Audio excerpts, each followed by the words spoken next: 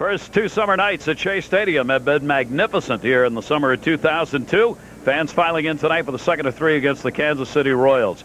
The New York Mets have now won 3 games in a row. The offense a little more productive, but what has helped them win of late, Tom, has been some outstanding hustle on the base paths. Well, they've got excellent pitching and outstanding hustle is right, Gary. If you're going to win one-run ball games, you got to exploit the mistakes by the opposition. Exploit their mental and exploit their physical mistakes. Ray Ordonez is coming from third base, and the mental mistake of the first baseman took his eye off the base runner.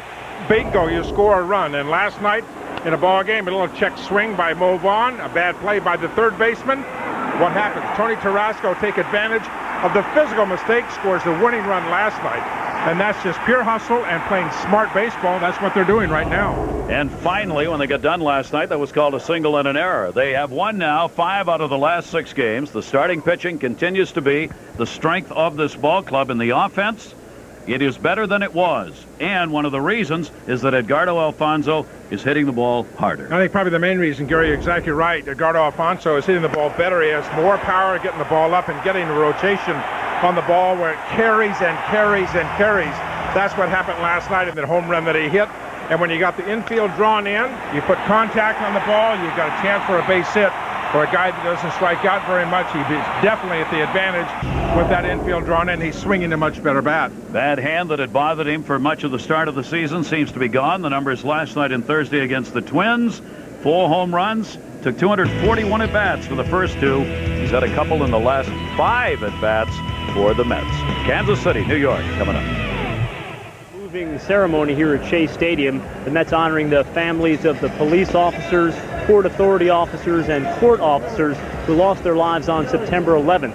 On that day, 23 police officers, 37 Port Authority officers, and 3 court officers lost their lives. The Mets presented with a flag that flew over ground zero from September 12th until the end of the recovery period there.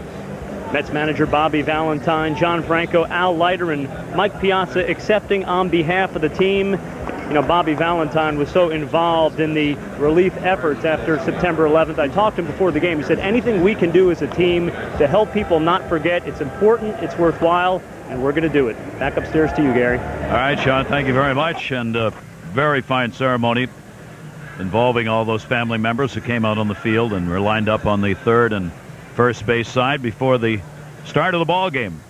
One of those very tough nights to do your job. Pedro Astacio in particular knew Darryl Kile and knew him well and was really stunned and shocked, and happens to be the starting pitcher tonight.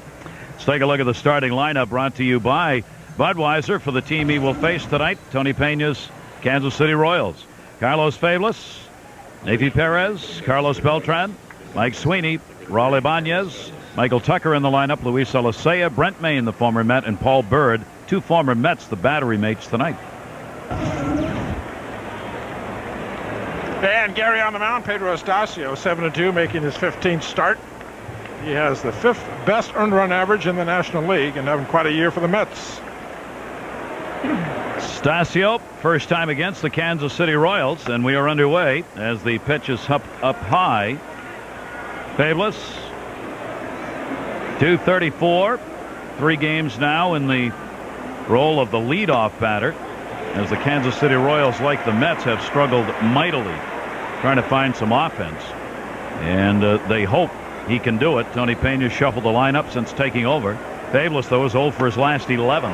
Good breaking ball by Astacio, 1-2. And Astacio, one of the best breaking balls in the game. Excellent control. Look at it, right on the outside corner. Takes that down low. Top of the order, came into the ball game last night 0 for 12, the top 2 hitters, Fabulous and Perez. Last night had only 1 hit in 9 at-bats, and that was Perez, who got a single his first time up. 2-2 delivery, outside corner. Fabulous thought it was away. Astacio gets the strikeout.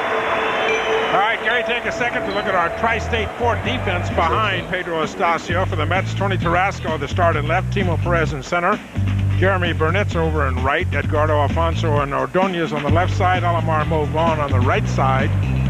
And behind the plate, Vance Wilson tonight gets a start. Mike Piazza was originally in the starting lineup for the New York Mets, and then changed after batting practice. All the Mets would say was that he was just getting a day off, but he was there to start. Strike taken on the inside corner, and it looks like Angel Hernandez is going to have a pretty big strike zone based on what we've seen in the first hitter and a half. One of the things you want to know, Gary, when you go out there, what is the strike zone? Not only the pitcher, the hitter certainly wants to know it, the catcher wants to know it. Astacio 0-2 inside. Now, we've talked about it before. The most important thing as far as the strike zone goes is that if it is a strike in the first inning, it's a strike in the 7th inning. Don't change the strike zone on the pitcher or the hitter. Good umpires will keep the strike zone all the way through the entire game. We've seen Angel Hernandez, that strike on Fabulous looked like it might have been on the outside part of the plate or away, and then he called the high inside strike on a left-handed hitter. So the guys on the bench, you've got to be watching that stuff if you're in the ball game. You come back to the bench and hitters will say, go up there swinging, boys. Yep. It's got a big strike zone, which is fine. Yep. You know, hitters, professional athletes can deal with it. Pitcher or hitter can deal with it. Pops up down the line. Ray Ordonez, Alfonso, and nobody's going to get there. Carrasco from left. Just as long as that strike zone doesn't move around and shift around, the hitter and pitcher can deal with it. Angel Hernandez has the plate. Laz Diaz at first. Randy Marsh and Larry Vanover are the umpires working this series against the Royals as the Mets and Royals meet for the first time ever. And for the Kansas City Royals, as an American League team, first time they have played in New York City in over 100 years. A.P. Perez, the 1-2 delivery to him is inside. Did he go? Punched out by Larry Vanover. Reservations at the same restaurant, apparently. Yes, they do, and they look like they might be a little bit early there tonight. Breaking ball inside, check swing. The bat head go past the front part of the plate. Oh, absolutely. No question about that. How about a replay? You know, it didn't look like it to me when they first looked at it. When I first looked at it. Had that one right on the money. So Astacio gets another strikeout. Astacio now has 76 strikeouts in 96 innings. And with 2 down, nobody on, here's Carlos Beltran. Hitting at .265, 11 homers. He had an 0 for 2 in the ball game with a couple of walks last night. 8 losses in a row for the Kansas City Royals, and it won't get any easier with that guy on the mound. Pedro Astacio, that 7-2 mark in the dirt on a breaking ball. And by the way, Beltran turned around and talked to the home plate umpire on the pitch before. If we don't have a Kansas City Royal thrown out of this game by about the 4th inning, it will be a minor miracle. They are letting them have it already. That's baseball on the WB11. Espanol for SAP. You're getting better at that. No. Breaking ball is taken inside and in the dirt.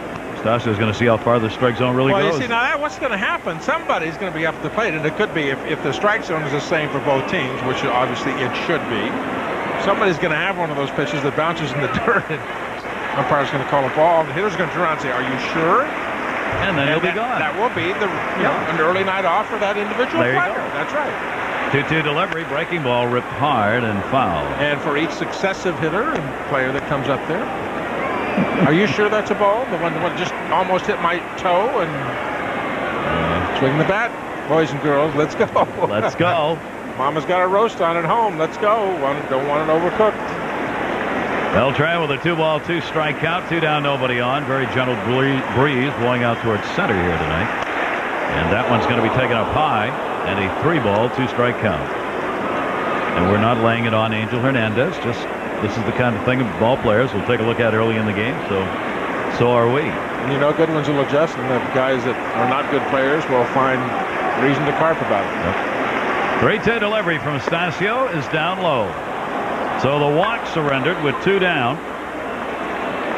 And he continues to keep his on-base percentage up to the walks here in the first 2 games. And that'll bring up the man you don't want to beat you, who got the 2-run homer in the first inning off Estes last night. Second best average in the American League, Mike Sweeney. Well, you're talking about a ball club that's 20 games under 500, 25-45, the Royals. One of the lower brackets, and you see the numbers right here for Sweeney. Those number 3-4 guys in that lineup are legitimate big league hitters. They can play. Beltran and Sweeney are good big league hitters. I mean, Sweeney may be one of the most understated, unknown hitters, best hitters in baseball that people haven't even heard of. Playing in a small market with a team that's not playing well, gets very little link nationwide.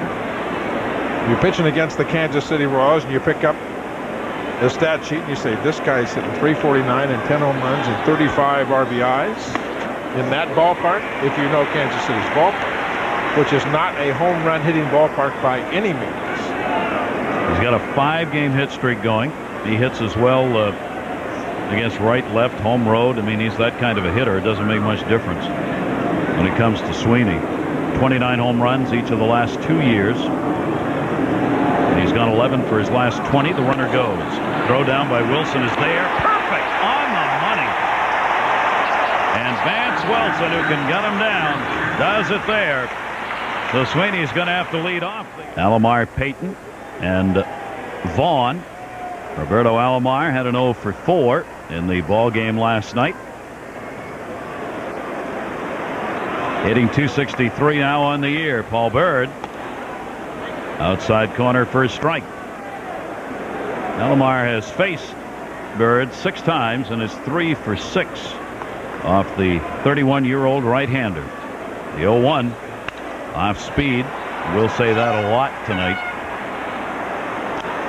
Let's take a look at the starting lineup, brought to you by Budweiser for the Mets. Alomar, Perez, and Vaughn. Alfonso, Burnitz, Tarasco, Wilson, Ordonez, and Astacio. Alomar from the much kinder part of the plate against Byrd. From the left side this year, 296, 194 right-handed. Another off-speed pitch down the line. Ibanez has no play. Paul Byrd throws about 108 pitches from 18 different release points. Variety, it's called. Variety. And so far this year, pretty successfully. You know what I love about him, Gary, is there are lots of, this is one thing you don't see with pitchers, the new pitchers, young pitchers coming along today in the major leagues, minor leagues as well. They've sterilized the wind-up for the pitcher. Now watch Byrd. He's got all kinds of elbows, back, forth, rock, knee, elbow, all kinds of stuff for the hitter to look at. And it's my contention that whoever the individual was that took this kind of movement out of pitching was absolutely dead wrong. Pitching is a lot of rhythm and a lot of tempo. And you watch most of these, when we play the Florida Marlins, watch them. They are absolutely antiseptic the way that they go about their business. But this is old time right here. A lot of elbows, a lot of movement. It's like rhythm and tempo. Get yourself in the right position every time, and then explode the home plate. Well, Byrd doesn't explode the home plate, but it gets there. But it gets there. Yes. And the variety of speeds, as you were talking about, that will be effective for him. He has to throw. If you're not overpowering, you better throw a lot of different speeds and a lot of different movement on the ball. And he can do that. Timo Perez waiting on deck. Byrd in a 3-game losing streak has been hit hard in those last 3 games, and Alomar doing what is likely to happen a lot against Byrd, a lot of foul balls. Because you just never get the same pitch twice, so you never get keyed in on anything. So don't get comfy, as it were. Yeah. Not comfortable.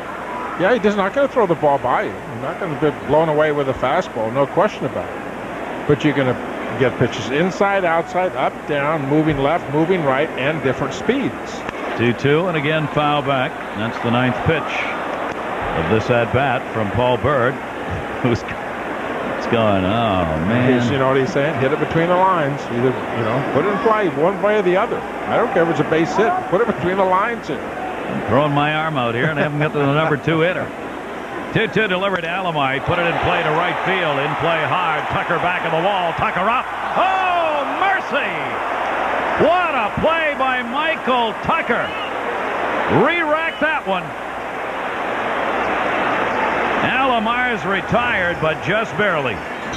Well, a lot of pitches to Alomar, and sometimes when that happens, the defense can go to sleep, but not Michael Tucker. Look at this. Protecting himself with his left leg up right on top of that padding, and that ball would have been out of the ballpark. Holy mackerel.